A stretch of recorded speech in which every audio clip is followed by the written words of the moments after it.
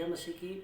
आइए हम आज के विषय में चलेंगे और हम लगातार प्रतिरोज कोशिश करेंगे कि नए नए विषयों को आपके सामने लेकर आएँ। तो आज हम देखेंगे तैयारी के विषय में कि आत्मिक तैयारी कहाँ होती है, कैसे होती है, उसके तरीके क्या हैं। तो मेरे प्रिय, आइए हम प्रभु का वचन को देखते हैं। हम लोग पढ़ेंगे लूका रचित शुभ समाचार, उसको हम देखेंगे और उसका 2 अध्याय और उसका 51 वचन हम पढ़ेंगे। लूका रचित शुभ समाचार और उसका 2 अध्याय और उसका 51 वचन हम पढ़ेंगे। तब वह उनके साथ गया और नासरत में आया और उनके वश में रहा, और उसकी माता ने ये सब बातें अपने मन में रखी। हाँ, आइए हम दुआ करें। महान परमेश्वर, हम प्रार्थना करते हैं कि प्रभु जब आपके वचन की गहराई को आपके बच्चों के बीच में बांटा जाता है, पिता आपका अद्भुत सामर्थ कार्य करे, प्रकाशन दें, यीशु के नाम से मांगते हैं, आमीन। यहाँ पर मेरे प्रियो, खुदावंद प्रभु यीशु मसीह के लिए लिखा गया है कि वो जब नासरत में वो पले बड़े थे और वो जो है कि यरूशलेम में आए थे, शब्द के दिन में आए थे, और 12 साल की उम्र में उन्होंने तो बड़े बड़े प्रॉफिट, बड़े बड़े भविष्यवक्ताओं के मुंहों को बंद कर दिया था, उनके सवालों के जवाब वो नहीं दे पाए थे। लेकिन यहाँ पर एक बहुत स्पेशल बात लिखी है कि 12 साल से लेकर 30 साल की उम्र तक वो उनके अधीन रहा। जब तक खुदा की ओर से समय, वो प्रभु यीशु थे, वो 12 साल की उम्र से ही सेवा शुरू कर सकते थे। उन्होंने कहा नहीं, एक टाइम है, एक समय है, एक वक्त है, और जो वक्त प्रभु देता है हमें सेवकाई करने के लिए, उस समय पे परमेश्वर अपने सामर्थ्य के द्वारा इस्तेमाल भी करता है और उसका रिजल्ट भी आता है।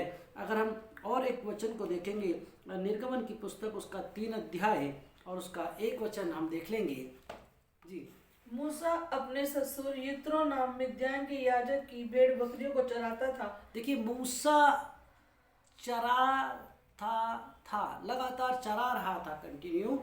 यहाँ पर मूसा 40 साल से, मूसा को नहीं मालूम था कि मुझे मिस्र जाना है, मूसा को नहीं मालूम था, मूसा मिस्र को भूल चुका था, वहाँ का जो अपने जो वो राजकुमार का जो व्यवहार था उसको भूल चुका था। और 40 साल हो गए थे, 40 साल हो गए थे उसने कोई ट्रेनिंग नहीं किया। वो अपने ससुर की भेड़ बकरियां बड़ी वफादारी से चरा रहा था, और जब उसकी वफादारी को, उसकी ईमानदारी को, और या यह कह लीजिए कि परमेश्वर की नज़र में जब उसका तैयारी हो गई, हमारी नज़र में अगर देखा जाए तो इजराइलियों को छुड़ाने के लिए उसको बड़ी आत्मिक तैयारी करनी पड़ती है, लेकिन प्रभु की नज़र एक अलग तरीके से देखती है मेरे प्रियो।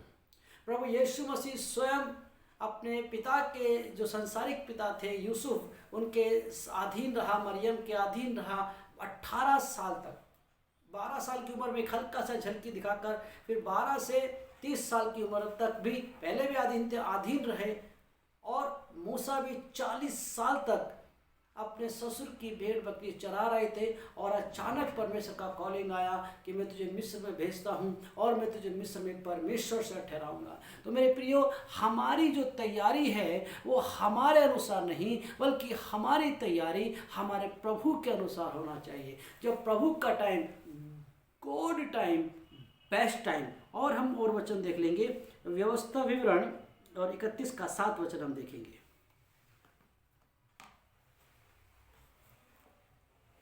व्यवस्था विवरण 31 का 7। तब मूसा ने यहोशू को बुलाकर सब इस्राएलियों के सम्मुख कहा कि तू हियाव बांध और दृढ़ हो जा, क्योंकि इन लोगों के संग उस देश में जिसे यहोवा ने इनके पूर्वजों से शपथ खाकर देने को कहा था, तू जाएगा। देखिए, हम अगर बाइबल में पढ़ें तो जो यहोशू है वो मूसा के साथ साथ रहता था, और वो मिलाप वाले तंबू को छोड़ता नहीं था। वो मूसा तो नीचे आ जाता था इजरायलियों के पास, लेकिन जो यहोशू है वो वहीं पड़ा रहता था प्रभु की उपस्थिति में। और यहोशू को भी नहीं मालूम था, और जो परमेश्वर ने मूसा से बात किया कि तेरे बाद यहोशू जाएगा, ये बात यहोशू नहीं जानता था। यहोशू सिर्फ अपना वफादारी, अपना ईमानदारी या अपना जो काम उसे सौंपा गया था, चाहे वो कोई भी काम हो, चाहे वो बढ़ई का काम हो, चाहे वो भेड़ बकरी चराने का काम हो, चाहे वो मूसा के साथ उसकी सेवा, उसके हाथ धुलाने का काम हो, जितने लोगों को हमने देखा है ईमानदारी के साथ कार्य करते हुए उनके जीवन में परमेश्वर ने स्वयं इंटरफेयर किया है, उनको बुलाया है और उनके जीवन से अपना महिमा को लिया है। आइए हम एक वचन और देख लेंगे, मत्ती जो शुभ समाचार उसका 9 अध्याय उसका 9 वचन। जी, book of Matthew chapter 9 verses 9।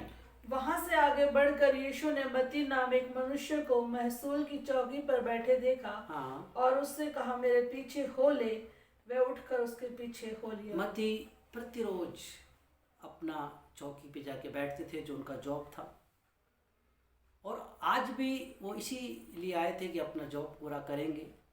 उनको नहीं मालूम था कि आज यीशु मसीह मुझे बुला लेंगे। वो वफादारी, ईमानदारी के साथ जो भी कार्य सौंपा जाता था उसको जब हम करते हैं मेरे प्रियो, तो हम प्रभु के महिमा को देखते हैं। आइए हम लास्ट वचन और पढ़ लेंगे जो बहुत ज़रूरी है। पहला शमूएल उसका 16 अध्याय उसका 10 और 11 वचन हम पढ़ेंगे।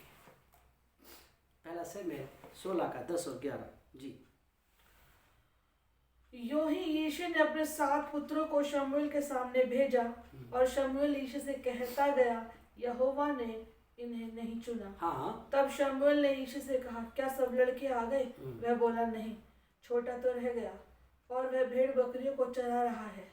शमूएल ने यीशु से कहा, उसे बुलवा भेज, क्योंकि जब तक वह यहाँ न आए तब तक हम खाने को न बैठेंगे। मेरे प्रियो, यहाँ पर हम क्या कर रहे हैं देखते हैं कि सारे लोग तैयार होकर आए हैं कि भाई शायद शमूएल मेरा अभिषेक करे। सब अपना ड्यूटी से छुट्टी लेकर आए हैं, क्योंकि 3 बेटे तो साउल की सेना में यिशै के थे, तीनों बड़े बेटे। लेकिन जो दाऊद के बारे में अगर हम पढ़े लिखा है, वह तो भेड़ बकरी चरा रहा है, यानी कि अभी भी कार्य कर रहा है। अभी भी मूसा अपने ससुर की भेड़ बकरी चरा रहा था जब परमेश्वर का रोशनी उसके पास आया। मेरे प्रियो, उस समय पर यीशु मसीह मरियम और यूसुफ के अधीन थे। जब 30 साल का समय आया, प्रभु ने उसको बोला बैप्टिज्म के लिए लिख लो, यूहन्ना रेडी है। और पवित्र आत्मा ने उनको कबूतर के नाम आया और मिनिस्ट्री वहाँ से 40 दिन की फास्टिंग के बाद शुरू हो गया। मेरे प्रियो, अगर हम देखें, मत्ती रोज के समान अपने कार्य को कर रहा है। अगर देखें, दाऊद रोज के समान भेड़ बकरियां चरा रहा है। हमको लगता है कि शायद मिनिस्ट्री करने के लिए ये वाला काम करना ज़रूरी है, वो वाला काम करना ज़रूरी है। प्रभु कहता है, जो काम तुझको सौंपा जाए, चाहे वो छोटा हो चाहे वो बड़ा हो, जब उसमें आप वफादार रहते हैं, परमेश्वर के आश्चर्य कर्म के लिए अचानक द्वार खुल जाते हैं। हमको नहीं मालूम कौन सा दिन, हमको नहीं मालूम कौन सी खटखटाहट, हमको नहीं मालूम कौन सा रिंग, हमको नहीं मालूम कौन सा वेबसाइट अचानक से वो हमारे लिए ओपन होगा और हम प्रभु का ब्लेसिंग को अपने जीवन में देखने पाएंगे। मेरे प्रियो, दाऊद भेड़ बकरी चरा रहा था, मूसा अपने ससुर यत्रो की भेड़ बकरी चढ़ा रहा था। मेरे प्रियो, मती अपना चुंगी के जो टोल टैक्स जहाँ पे वो लेता था वहाँ पर बैठा हुआ था। मेरे प्रियो, पतरस जो है कि पूरी रात मछली पकड़ने के लिए ट्रायल करता रहा था। वो अपने काम में लगा हुआ था, अपने माता पिता के साथ में लगा हुआ था, और ईमानदार और वफादार और फेथफुलनेस लोगों को परमेश्वर चुनता है। हो सकता है आप अच्छे बड़े काम में फेथफुल हो, छोटे काम में फेथफुल हो। इम्पोर्टेंट ये नहीं है कि आपके टाइम में या आपको कौन सा काम सौंपा गया है। इम्पोर्टेंट ये है कि क्या आप उस काम में वफादार हैं। अगर आप उस काम में वफादार हैं, यहोशू के समान आप मूसा की सेवा करने में वफादार हैं, नेक्स्ट परमेश्वर मूसा के द्वारा आपको सामर्थ्य के साथ, जैसे मूसा के द्वारा यहोशू को इस्तेमाल किया गया, आपको इस्तेमाल कर सकता है। ये हालेलुया। आइए हम लोग आंखें बंद करें और प्रार्थना करें। सर्वशक्तिमान परमेश्वर, हम दुआ करते हैं कि प्रभु जी तेरे वचन की गहराई तेरे बच्चों के जीवन में कार्य करे प्रभु। बहुत सारे लोगों के जीवन को उठने का कारण प्रभु जी आप बना दीजिए पिता। आज शैतान ने जो लोगों को अंदर वफादारी, ईमानदारी और जो पिता पर सही काम ना करने के लिए, केवल फॉर्मेलिटी काम करने के लिए जो गड़बड़ियाँ की हैं वो सब असफल होने पाए, क्योंकि हम नहीं जानते प्रभु कि आपका समय कब है। हम नहीं जानते प्रभु कि कौन से समय में आपका कॉलिंग आएगा। हम नहीं जानते प्रभु, क्योंकि प्रभु को आपका वचन कहता है जब आप आओगे हमें लेने के लिए तब भी आप एक चोर के समान आओगे। धन्य है वेदास जो आपको जगा हुआ मिले, जो आपके आत्मिक बातों में वफादार मिले प्रभु जी। हम दुआ करते हैं कि तेरा वचन सामर्थ के साथ कार्य करे। यीशु नासरी के नाम से मांगते हैं, आमीन। सबको जय मसीह की। God bless you.